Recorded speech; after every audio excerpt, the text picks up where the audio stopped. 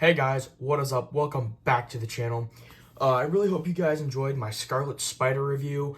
Again, it's been some time since I've posted a video, so let's go ahead and get back to it then.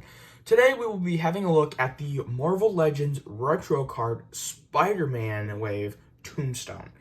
And holy crap, words cannot describe how excited I am for this guy. I mean, look at him. He's big, he's beefy, he's tall.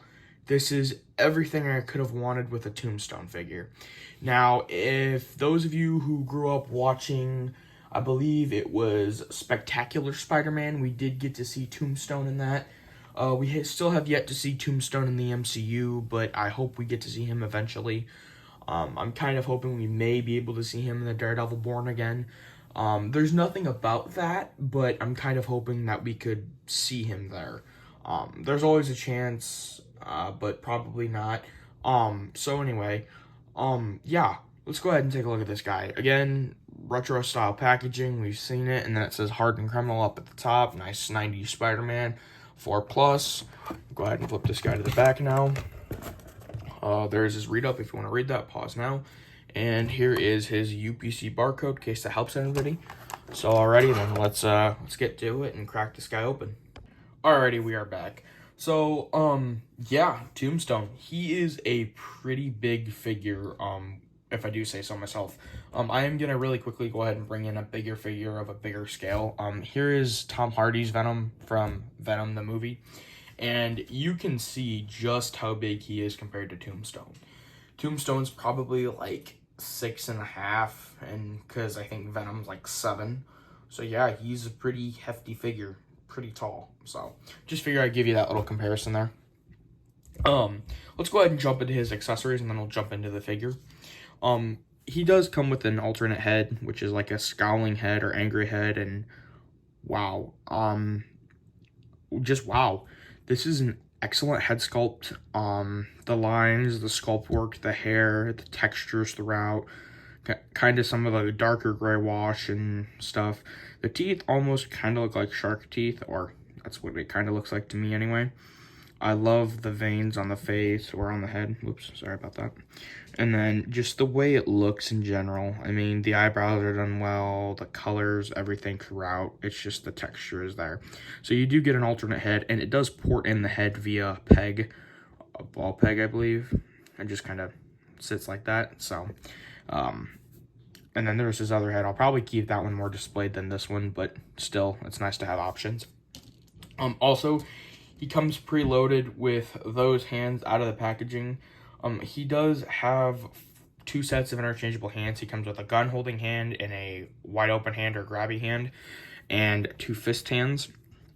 And just, again, the texture and the veins on the hand that you can see, it's done in this very nice gray.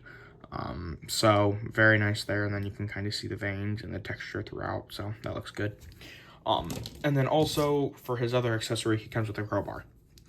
Very nice. I'm pretty sure this may or may not be a new sculpt. I think it's a new sculpt. I could be wrong, but still, very nice to include it. I kind of wish he came with a gun, but yet again, I'm like, it's Tombstone.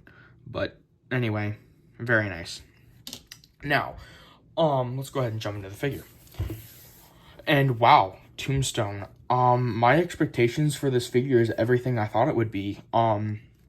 Very nice sculpt work, and this is a new suited body. You get pinless arms and pinless legs. I will say though, I haven't really moved his legs a whole lot, so out of the package.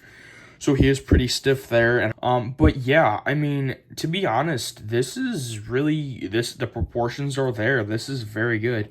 And then, as I said, he does come with a gun holding hand and a grabby hand, so there's that.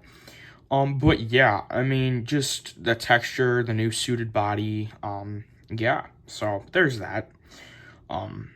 So yeah, and then you can get his crowbar into his hand. I'll go ahead and show this off. Just, you can do that, and you can just wedge this in here. What I like to do is, I like to go like this, kind of hold his hand out, and then kind of do something along the lines of, whoops, that will slip out. Just kind of do something along the lines of this, and just kind of have him And you can get that to just kind of rest there if you position it right. Something like that. So I think that looks pretty good. Fairly nice. So there's that. But yeah, real quick before we go over articulation, I do want to go ahead and bring in a few suited body figures. Because this is a new buck that we're seeing for the first time, and I really appreciate Hasbro's dedication to this guy, to giving Tombstone a new buck, and I'm here for the taller figures, as it should be. Now I know people said that there were some scaling issues, which I know Hasbro, when everybody talks about scaling, the main thing people mention is Wolverine, but you gotta understand, Wolverine was short in the comics. He was like, what, 5'3" in the comics? Something like that. So yeah, he wasn't very tall. But Hasbro's made a Hugh Jackman, oh, and I'll talk about that at the end of the video. But Hugh Jackman's Wolverine, Hugh Jackman's like 6'1", isn't he? Something like that. So with that being said, I mean, I get it, and Hasbro's made Wolverine figures and such, but anyway. So yeah, I'm gonna go ahead and bring in a few other suited figures. Here's Hammerhead from, I believe that was the second or third wave of retro figures. No, this was the second wave. It was the second wave. Because this one consisted of Hammerhead, the Spider-Man Mark II armor, the Symbiote Spider-Man, Hobgoblin, and then there's one more I'm missing. Who am I missing? Shocker. There we go. Shocker. And then, and I believe this is from Wave 3. We got the Rose, so there are just some comparisons for you about how tall the figures are. And I think this scales pretty well. Now I get it. If you want to build up your, I'll say like street crime level villains, I guess, or your more like Spider-Man rogue villains, I guess. I mean, this looks good. I really do. I like this. So that's that. But yeah, just a small comparison there for you guys. So without further ado, let's go ahead and jump into his articulation. As I said, he does come with an interchangeable head. It can look back that much, can look forward that much, can twist 360, and you do get a little bit of tilt, not a whole lot, but a little bit. Now I believe there is an ab crunch in here, but you'd have to remove that, and I know some other people did a video on it. I believe it was Fwoosh who did that, I think. It might have been Fwoosh. I'm not 100% sure, but I think it was. But yeah, so, and then again, both arms can come up to about here, so about 90 or a little below 90. Come down. You do get double joint, you do get, bicep swivel here and over here as well. And then you do get double jointed arms, and see, that's very stiff, so I'll just use this side. You do get pinless double jointed arms on that side, and then the hands, this hand, the grabby hand, side, and his gun holding hand can hinge up and down. And then there is a thigh cut right here, kind of noticeable right there, kind of hidden though, a little bit there. And then, as I said, pinless double jointed knees. I'm not gonna mess around with that too much because that's incredibly stiff, but you kind of get the idea. And then his feet can go down that much, up that much, and twist. So yeah, at the end of the day, this Tombstone figure is perfect. This is what I've been waiting for, and Tombstone is one of my favorite Spider-Man villains.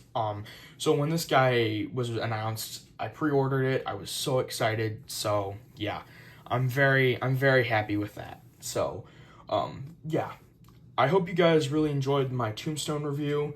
My next review will be Goblin Queen from X-Men '97, so stay tuned for that. Alrighty guys, thank you for watching, and I'll catch y'all in the next one.